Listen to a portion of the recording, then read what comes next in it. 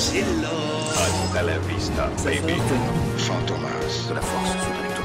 Tu veux que je te chante une petite chanson? Ce soir, je vais conclure Amélie. Ça va marcher beaucoup moins bien, Vers l'infini et au-delà. Amis cinéphiles, bienvenue à tous dans l'émission On en fait tout un cinéma, c'est Florian, je suis ravi de vous accueillir de nouveau durant cet été sur Via Vosges.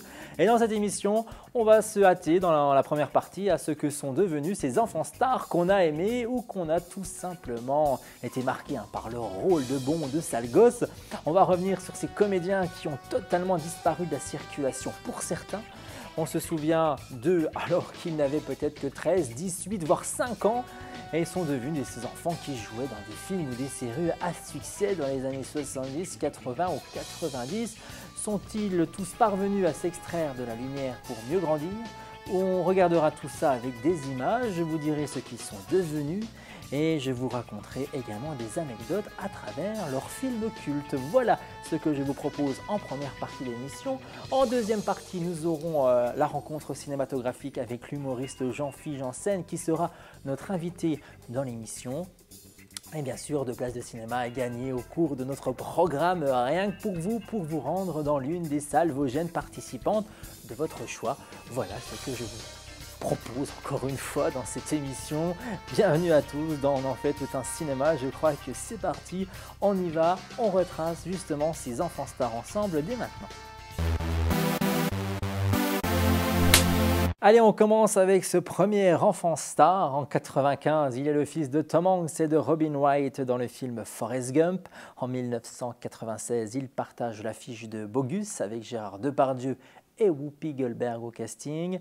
On parle de Haley Joel Osment qui a parcouru également plusieurs autres films. Il a été au générique de Mixed Nuts qui est la version américaine du remake du Père Noël est une ordure. Mais on se souvient surtout de son « Je vois des gens qui sont morts ». Personne n'a oublié la remarquable performance du petit garçon dans le thriller fantastique Sixième Sens, réalisé par M. Night Shyamalan, incarné par Haley Joel Osment. C'est une révélation qui est née. Ce rôle enfant doté de pouvoirs paranormaux lui vaudront même une nomination à 11 ans à l'Oscar du meilleur acteur dans un second rôle. Les succès s'enchaînent pour le jeune garçon désormais enfant star, puisqu'après avoir tourné aux côtés de Kevin Spacey dans le film Un monde meilleur, il est choisi par Steven Spielberg pour interpréter le rôle du petit David Sweeton, un robot programmé pour aimer inconditionnellement ses parents adoptifs. Mais le film est un échec commercial avec seulement 47 millions de dollars au box-office américain. Je peux vous dire que c'est très peu. C'est après cet échec que la carrière d'Haley Joel décline. Et en 2001, il tourne dans le long-métrage polonais Hiver 42.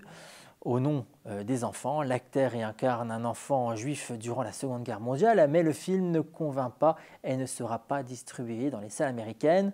Haley Joel se retrouve donc sans rôle à la mesure du Sixième Sens. En 2002, il effectuera des doublages dans des films d'animation, par exemple comme celui du Livre de la Jungle 2, et fera quelques apparitions dans des films à faible notoriété. Une traversée du désert ponctuée en 2006 par des soucis judiciaires. Le jeune homme cause un accident de voiture en état d'ébriété et sous l'emprise de stupéfiants, un détour donc par la case tribunal et bien sûr une dépression qui lui feront perdre sa gueule d'ange. En effet, en 2015, le jeune homme est âgé de 28 ans et tente son comeback avec l'adaptation cinématographique de la série Entourage. Et le grand public redécouvre Haley Joel Osment dans un rôle à contre-emploi avec un certain embonpoint, une barbe longue, très loin de l'image de l'enfant apeuré de Sixième Sens. Haley Joel Osment s'est également retrouvé à tourner pour la télévision, en particulier pour des séries Alpha House ou encore The Spoil of Babylon. Et en 2017, il fait de nouveau partie d'une série, puisqu'il est l'invité de la nouvelle saison de Silicon Valley. Et 2018, rebelote cette fois-ci, c'est dans la série X-Files qu'on peut le retrouver. Donc, vous pouvez voir avec cette photo qui s'affiche sur votre écran, avec l'acteur aujourd'hui, l'occasion de constater que l'acteur a bien changé depuis Sixième Sens. D'ailleurs, grâce à son succès exceptionnel, le film est devenu, après 5 semaines d'exploitation aux États-Unis, le 12e plus gros succès de tous les temps. Il devance même Les Dents de la Mer de Steven Spielberg. Une cycliste, elle a été tuée. Oh mon Dieu, tu la vois? Oui, Où est-elle? Elle est là, à côté de ma fenêtre. Allez, passons à un autre enfant star et retour sur le film culte Jurassic Park, sorti en 1993, qui aura prouvé une nouvelle fois le génie de Steven Spielberg et marqué à jamais l'histoire du 7e art, une œuvre d'aventure de référence qui a ébloui des millions de personnes dans le monde. Le premier rôle étant donné aux dinosaures, qui ont terrorisé plus d'un. Nous, on va revenir sur l'actrice Ariana Richard, qui jouait la petite fille du propriétaire de ce parc démentiel, et son regard terrorisé, comme son courage, qui ont fait battre les cœurs des spectateurs durant toutes ces années depuis que le film est sorti. Mais quelle est-elle devenue justement cette jeune fille de 14 ans sur l'écran, près de 30 ans après la sortie du film? Et écoutez, Ariana, aujourd'hui âgée de 40 ans, se souvient de son casting, surtout pour Jurassic Park, un moment très particulier pour elle, car elle devait tout simplement hurler comme si un T-Rex allait la tuer. À l'époque, le réalisateur a visionné son audition non loin de sa femme, endormie, et cette dernière, trompée par l'authenticité des cris d'Ariana, s'est ruée au chevet de ses enfants pour voir si tout allait bien dans leur chambre, mais plus de peur que de balle, et c'est comme ça qu'elle aurait été bien sûr choisie pour son rôle dans Jurassic Park, mais qu'elle vit justement après un phénomène et un film aussi culte. Écoutez, elle a décidé de reprendre ses études. Elle a quasiment disparu des médias après le carton phénomène du film, se limitant à quelques films ou téléfilms méconnus. Elle a repris donc ses études et juste après avoir été diplômée, son travail d'artiste a été lancé. Elle a obtenu le prix de la compétition professionnelle de peinture à l'huile en 2005. Et comme elle le dit elle-même, il n'y a pas que le cinéma dans la vie. Et Ariana Richard, épanouie dans sa nouvelle vie, est devenue une vraie artiste peintre. De son côté, son jeune partenaire dans le film, Joseph Mazzello, avait lui été retrouvé quelques années plus tard dans le film The Social Network de David Fincher, en geek de la bande de Mark Zuckerberg. Le dinosaure et l'homme, deux espèces séparées par 65 millions d'années d'évolution. Comment serait-il possible d'avoir la plus petite idée T'as senti? de ce qui va se passer? Allez, passons à une autre gueule d'ange du cinéma. Impossible d'oublier sa bouille. Giorgio Catarini a marqué le cinéma en jouant dans le film La vie est belle, réalisé par le grand Roberto Benigni en 1997. Dans ce film poignant, il incarne le jeune Josué que son père veut tout faire pour protéger de l'horreur des camps de concentration en lui faisant croire que tout cela n'est qu'un jeu. Film culte donc, et à l'époque de la sortie en salle de ce long métrage multi-récompensé, il a notamment reçu l'Oscar et le César du meilleur film étranger. Giorgio Catarini n'avait que 5 ans à l'époque. Aujourd'hui, il est âgé de 29 ans. Le jeune homme originaire d'Italie, de la province de Terni, en Italie, se fait certes très rare au cinéma, mais il n'a pas laissé tomber le 7e art pour autant. En effet, celui qui a joué dans Gladiator de Ridley Scott en 2000, aux côtés de Russell Crowe, a obtenu son diplôme au Centro Sperimentale di Cinematografia, le centre expérimental du cinéma situé à Rome. Il a par ailleurs joué dans la web-série House, diffusée en 2015 sur le web. Discret, le garçon qui se rêvait joueur de foot professionnel quand il était enfant, a néanmoins refait parler de lui il y a 2 ans. Alors comment, vous allez me dire? En participant à une émission télévisée culte un peu partout dans le monde, qui n'est autre que la version italienne de notre Danse avec les stars. Alors cependant, Giorgio Catarini a dû quitter le show en cours de route de l'émission avec des problèmes personnels et surtout à cause de problèmes avec le fisc italien. Et justement, au sujet du film culte, l'Oscar du meilleur acteur remporté par Roberto Benigni est seulement le 2e gagné par un acteur dans un film qu'il a lui-même réalisé. Le premier fut remporté par Laurence Olivier pour Hamlet en 1948. C'est également la 2e fois qu'un Italien remporte la célèbre statuette. La première fut Sophia Loren pour son film La Sciorciana en 1960. Et toi alors, tu as joué avec les autres enfants aujourd'hui? Oui, mais ils connaissent pas les règles du jeu, ils en ont même pas entendu parler. Ils disent que c'est pas vrai qu'on gagne un char d'assaut comme prix. Ils savent pas qu'il faut marquer des points. Ils ont essayé de te rouler. Ils sont malins comme des petits sages. Tout ça parce qu'ils veulent le gagner, hein. Pas de char d'assaut, ils t'ont dit. Te fais pas avoir. Méfie-toi, hein. Où ça, à me goder? Y a rien? Oh bah mais c'était là, je vous assure, hein. Un grand machin d'Indien tout droit. Une plume? Non, pas une plume, pour piquer. Un truc, mais je trouve pas mes mots, moi. Comment les Indiens qui font comme ça? Ah, une flèche. Une flèche. Une grande flèche toute droite, tenez. Ça venait du balcon, là-haut, je vous assure, hein. De chez Monsieur Marchado. Mais oui, je vous assure, un grand machin, tout droit. Une grande flèche toute droite. Alors son nom, Ludwig Briand, ne vous dit sans doute rien, mais vous n'avez probablement pas oublié celui de Mimicicu. Vous savez, ce petit Amazonien qui, chevelure et pagne au vent, le visage grimé de rouge, arpentait les rues de Paris dans un Indien dans la ville. Et oui, Ludwig Briand, aujourd'hui âgé de 39 ans, était bien Mimicicu à l'époque. Le film était sorti en salle en 1994. Et un Indien dans la ville raconte bien sûr l'histoire d'un homme découvrant qu'il a un fils, Mimicicu, né dans une tribu d'Amazonie. Le film a été réalisé par Hervé Palou. Et cette comédie réunit notamment Thierry Lhermitte, Patrick Timsit, Miu Miu ou encore Ariel Dombal. Comme l'acteur dit, il y a toujours une grande part d'hasard dans la vie et dans une carrière d'un acteur. Un hasard sur lequel il n'a pas souhaité fonder sa vie d'adulte, préférant un boulot sûr à une carrière bohème, comme il le dit lui-même. Après quelques expériences dans l'immobilier et les boutiques de duty free dans les aéroports, il officie désormais comme greffier en région parisienne. Donc aucun regret pour le jeune homme qui a perdu en densité de cheveux, regardez, mais qui a gagné une barbe. Du film aux 8 millions d'entrées, l'acteur avait convaincu le producteur de tripler le cachet du garçon avec ses 45 000 €. À l'époque, Ludwig Briand s'est acheté une maison. Il a continué à tourner jusqu'à l'âge de 17 ans dans quelques téléfilms, comme dans La caverne de la Rose d'Or, sorti en 1995, ou encore dans 1 et 1 font 6, une série pour TF1 en 1997. Ludwig monte encore sur les planches de temps en temps en amateur, avant de se mettre au poker et au karaté. Voilà. On lui a proposé plusieurs fois de faire de la télé-réalité, mais il a toujours refusé. Voilà. Alors il faut savoir que le film, à l'instar de La Totale, Mon père ce héros ou encore 9 mois, eh bien écoutez, il fait partie des comédies françaises sorties au début des années 80 et qui ont eu droit à un remake. Un Indien dans la ville s'est transformé donc aux États-Unis en version Un Indien à New York. D'ailleurs, on reviendra sur tous ces remakes américains de films français dans une prochaine émission de On en fait tout un cinéma.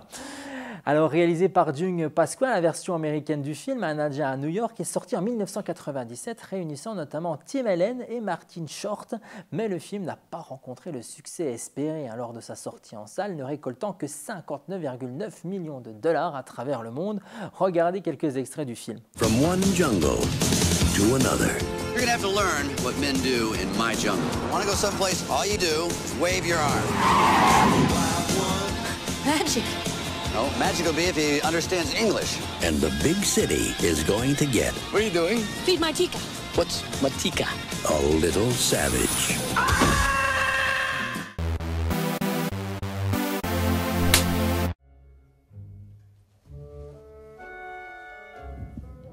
Waouh! Ça fait un ces boucan, on dirait notre machine à laver.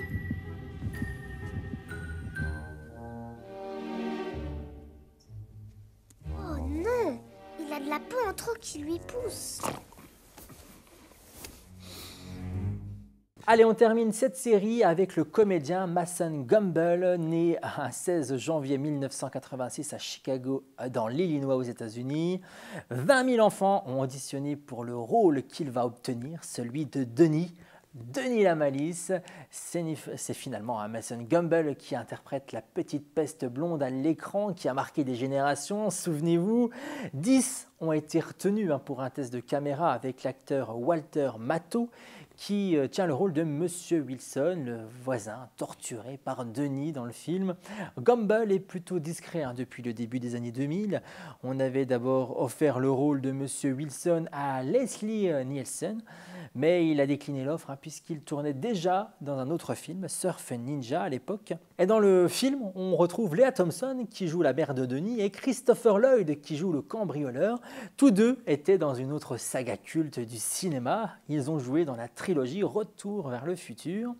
Le film a eu une suite, Denis la menace sème la panique, réalisée par Jeffrey Renner, qui est sorti en 1998. Il faut savoir que l'histoire est adaptée de la bande dessinée éponyme créée en 1951 par Hank Kershan. Et à noter que le réalisateur de Denis la Malice, Nick Castle, est l'acteur tueur du film Halloween réalisé par John Carpenter. Il joue le célèbre boogeyman Michael Myers, souvenez-vous.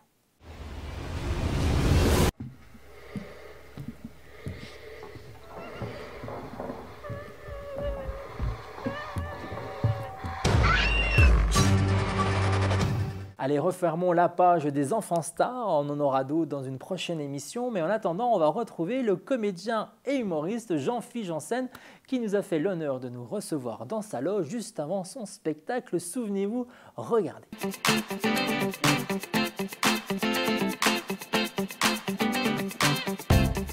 Bonjour, bien content d'être avec vous. Ça fait bien plaisir également. Alors Jean-Philippe, c'est un peu l'émission cinéma ici, donc on pourrait presque dire, y a-t-il un public dans l'avion, en référence au film? Est-ce qu'on peut dire que votre premier public à vous, vous l'avez un peu trouvé dans l'avion à l'époque où vous étiez steward? Bah forcément, de fait, puisque c'était mon lieu d'exercice et donc le lieu où je m'exprimais le plus souvent. Donc, et puis c'était un métier de contact et de rapport avec le public. Donc, et c'était un public qui était très bien et très bienveillant puisqu'il ne pouvait pas sortir. Ils étaient obligés de m'écouter. Donc ça, c'était génial, oui. Donc c'est grâce à eux que j'ai fait, sans le savoir, mes premières armes et que j'ai testé mes premiers sketchs. C'est ça. Ça, c'est vrai. Et c'est ça que vous avez pu voir un panel assez large de personnes dans oui, parce que l'avion. L'avion, c'est un échantillon de société. Vous avez des gens qui sont assis les uns à côté des autres dans une boîte pendant plusieurs heures et qui, dans la vraie vie, n'auraient rien à foutre les uns assis à côté des autres. Et donc, ça donne des cocktails détonnants. Les gens ne voyagent pas pour les mêmes raisons. Il y en a qui vont en enterrement, il y en a qui vont en vacances, il y en a qui vont pour affaires. Donc, tout ça, ça donne un cocktail détonnant. Moi, c'est comme ça que j'ai croqué les meilleures anecdotes, en fait. Donc, c'est ça que vous racontiez dans votre spectacle. Une partie de ça, oui. Une partie jeu d'école, où c'est un peu où tout a démarré, un petit peu avec votre maman, hein, surtout. J'ai envie de dire que c'est votre maman qui vous a beaucoup inspiré également pour ce spectacle. Et donc, elle est un peu avec vous sur scène tous les soirs, en fait. Ah bah oui, ça m'amuse. C'est mon fil conducteur du spectacle. Le spectacle, il est autobiographique. Donc, forcément, je raconte ma famille, mon enfance, mon coming out, toutes les choses qui m'ont touché de près ou de loin. Comme la chirurgie esthétique, les boîtes échangistes, et puis ma mère, qui a une part importante de mon histoire. J'ai mis en opposition le milieu d'où je viens et le milieu où j'ai évolué. Voilà, le nord de la France et les codes du luxe d'une compagnie aérienne. Ça n'a rien à voir avec l'autre. 17 ans de vol, c'est ça? Vous avez fait 17 ans de vol à peu près? 18. 18 ans. Et ça vous manque pas un petit peu de repartir 18, dans les airs? C'est bien, c'est bien. Ça en fait des heures de vol. C'est pour ça, du jour au lendemain, c'est vrai que vous avez, voilà, c'est parti vers une autre voie. Ça me manque pas. Si, il y a une partie de ça qui manque parce que j'ai adoré mon métier. Et puis c'est grâce à ce métier que je suis humoriste aujourd'hui. Donc ça, je ne l'oublie pas. Mais les départs me manquent, oui, c'est ça. Partir une fois par semaine à l'autre bout du monde, c'est vrai que c'était assez confortable et j'aimais bien. Après, le travail en lui-même, non, ne me manque pas servir les gens. Parce que l'aérien que j'ai connu, moi, quand j'ai commencé il y a 20 ans, et pas l'aérien d'aujourd'hui. Donc ça s'est un peu dégradé, je trouve, parce que moi j'ai connu avant le 11 septembre, ça se voit pas, mais je suis une vieille hôtesse. Donc j'ai connu avant le 11 septembre et le 11 septembre a tout changé et après ça n'a fait que s'empirer. Ça s'alourdit, les procédures dans l'avion, la sûreté, le terrorisme, la géopolitique, les gens sont stressés, ça tire vers le bas tout ça. C'est beaucoup moins marrant de faire ce métier aujourd'hui qu'il y a 20 ans. Ouais. Donc, et moi je sentais bien que c'était moins marrant. Et je commençais à fatiguer. Ouais, à 40 ans, je commençais à fatiguer, des décalages horaires, des choses comme ça. Donc, c'est une partie de ma vie, j'ai adoré. Et je laisse la place aux autres. Et j'ai pu voir, en feuilletant un petit peu tout ce qu'on peut trouver sur le web sur vous, que vous avez été un candidat récurrent et chanceux dans l'émission d'Arthur à l'époque, Apprendre ou à laisser. Ah oui. Je vous dis ça parce que je suis... T'étais pas né, oui, t'étais pas né toi. J'étais pas né, si, c'est parce que c'est mon premier casting télé que moi j'ai pu faire. Ah oui. Donc c'est pour ça que je fais la référence aujourd'hui. Et est-ce que c'est un petit peu votre grande première sous les projecteurs? Vous avez pu tester des petites choses sur le plateau à l'époque? Ah oui, mais juste un hasard parce qu'à l'époque, je pensais pas du tout à faire de scène ni devenir humoriste. Hein. Ah oui, j'étais pas déjà dans votre... la tête. 17 ans, on était loin du projet. Donc, non, c'était juste, je regardais cette émission, j'étais dans la merde et je me suis dit, cette émission, c'est quand même super parce que je dis, il n'y a pas à réfléchir, tu ouvres des boîtes et il y a de l'argent dedans. C'est clair. La question pour un champion, faut être super calé, tu repars avec un dictionnaire. Là, non. Donc là, je me suis dit, c'est génial ce truc. Donc, et j'ai passé le casting, j'ai été pris. Et comme je faisais le show et que j'étais un bout en train, effectivement, c'est sûr qu'on m'a gardé très longtemps sur le plateau avant de me faire passer. Et j'ai fait une trentaine d'émissions. Et c'est là que j'ai pu sortir des vannes qui sont sorties au zapping en plus. Mais c'était juste ma spontanéité, moi, à l'époque. Mais ça m'a prouvé que j'avais déjà de la répartie. Voilà. C'est ça, exactement. C'est pour ça que je voulais en reparler, parce que justement, je trouvais qu'il y avait déjà quelque chose là. C'est l'avion qui m'a formé à ça, parce que l'avion, il faut savoir quoi dire aux gens, il faut avoir une réponse tac au tac. Et même quand ils vous prennent de court. Et bien là, du coup, ça m'a donné les codes pour la télé, finalement. C'est pas très loin. Tu sais, l'avion, la télé, le théâtre, tout ça est proche. L'avion, c'est déjà du théâtre. Hein. Tu es en uniforme, tu es en costume, il y a des rideaux, tu joues un rôle devant les gens. Tu n'es pas Jean-Philippe, mais tu es Air France. Enfin, tu vois, ouais, c'est ça, j'étais déjà dans le moule, ouais. Justement, on va parler un peu de cinéma, parce que vous avez le cinéma qui vous a un peu ouvert les bras dernièrement, avec votre compatriote Danny Boone, qui vous a offert un rôle dans son dernier film. Alors, comment s'est passée cette rencontre avec Danny? Vous le connaissiez d'avant, ou c'est vos liens de ch'ti qui vous a permis de vous retrouver? Non, c'est les grosses têtes RTL. Ah oui, d'accord. Ouais. On s'est rencontrés sur les grosses têtes. Et les grosses têtes, ça a de ça, merci Laurent Ruquier, c'est que c'est une espèce de plaque tournante d'un réseau d'artistes qui vient de tous horizons et qui viennent juste là pour faire une récréation pendant 2 heures. Donc ce qui fait qu'on rencontre une diversité de gens et c'est très riche. Et Danny Boone, je le rencontre sur ce plateau, c'est d'ailleurs Laurent Ruquier qui avait un peu organisé le plateau parce qu'il s'est dit 2 ch'tis sur le plateau, ça va être rendez-vous en terre inconnue. Et c'est ce qu'il a fait et ça s'est super bien passé avec Danny Boone. Et c'est suite à ça que lui s'est intéressé à mon personnage. Il m'a dit mais oui, je serais bête de me passer d'un Jean-Philippe Janssen dans mon film. Il me dit, le film, le scénario, il est fait, il est bouclé. Mais tant pis, j'écris une scène de 4 minutes. Tu viens faire des essais. Si la scène se passe bien et que tu réussis les essais, on garde la scène. Sinon, je la jette. Mais c'est pour toi. Et je suis allé passer les essais et il m'a dit, bah oui, ça... Et donc, il a gardé la scène et voilà, c'était ma première apparition cinématographique et c'est Danny Boone qui me l'a offert. Donc, pour moi, c'était une valeur de symbole parce que être validé par mon père, Danny Boone, et ben voilà, et du coup, ça m'a fasciné, ces ambiances de cinéma, et même pour 4 minutes. Si bien que je me suis dit, mais ouais, c'est ça aussi, je veux faire ça. Justement, c'était la question que j'allais vous poser. Est-ce que, du coup, ça vous ouvre un peu des portes et vous avez des projets actuellement dans le cinéma? Ça ouvre des portes, oui. Et puis, de toute façon, là, c'était pas un rôle. J'ai pas... et je pense aussi que j'ai une part de travail personnel à accomplir. J'ai fait beaucoup de choses à l'instinct. L'humour, c'est... Voilà. Mais après, j'ai tout professionnalisé. J'ai pris des cours. C'est devenu un vrai métier. Et pareil pour le cinéma. Donc, il y a des choses sur lesquelles je trouvais qu'il fallait que je me renforce, qu'il fallait que je travaille sur du jeu, sur machin. Donc, c'est ce que je suis en train de faire. Moi, j'ai besoin, moi, de me sentir prêt pour le faire. Et pas de dire... oui, c'est ça. Voilà. Et puis après, c'est une carrière qui est tardive pour moi. J'ai 45 ans, ça a commencé il y a 3 ans. Je suis à l'heure des choix et des bons choix. Voilà. Je ne peux pas faire tout et n'importe quoi et je vais être sûr de faire quelque chose de cohérent et qui fera que je vais me pérenniser. Voilà, il y a des rôles qu'on m'a proposés que je ne veux pas jouer pour un premier rôle.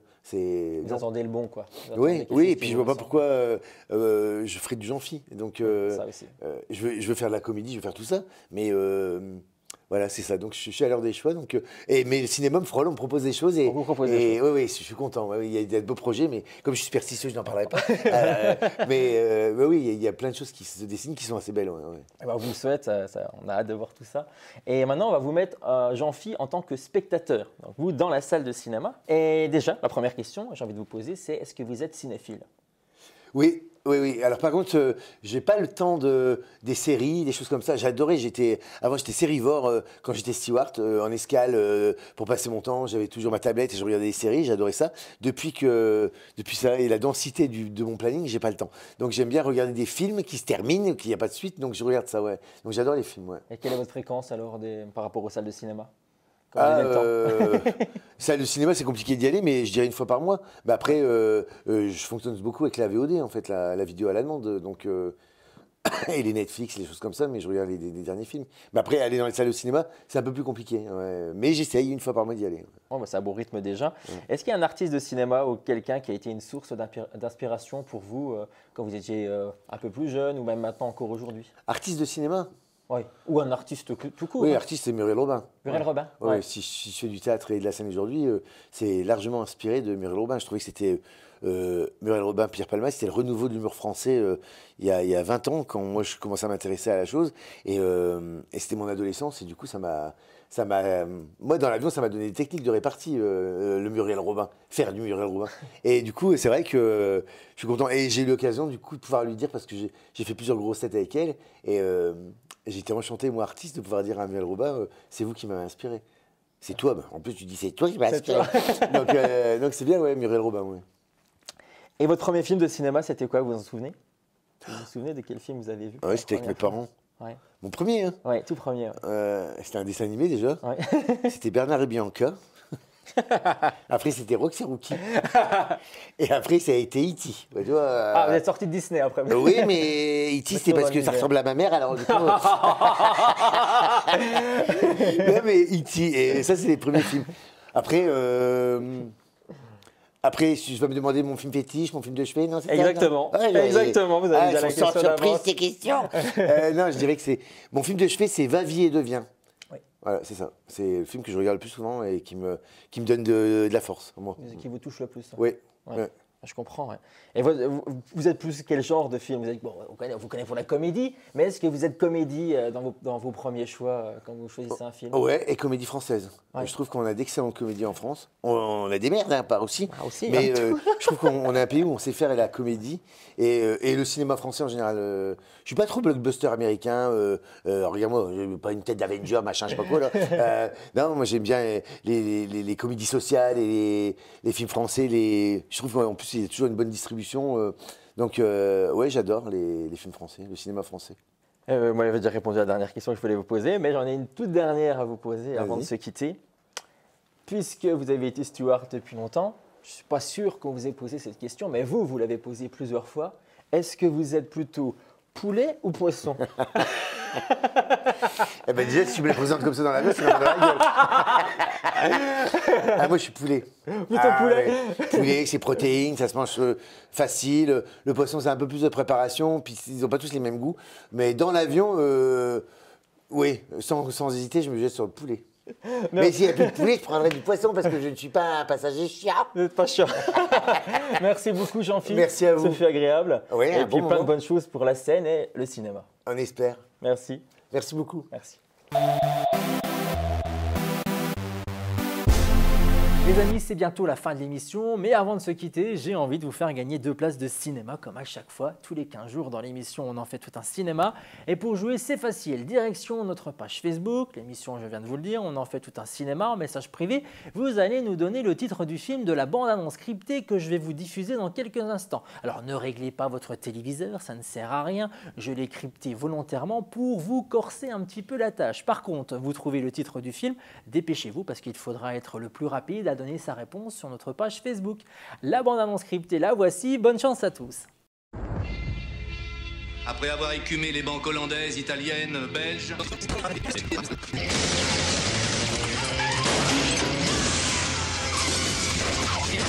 Je répète, on note, j'ai identifié la voiture du complice.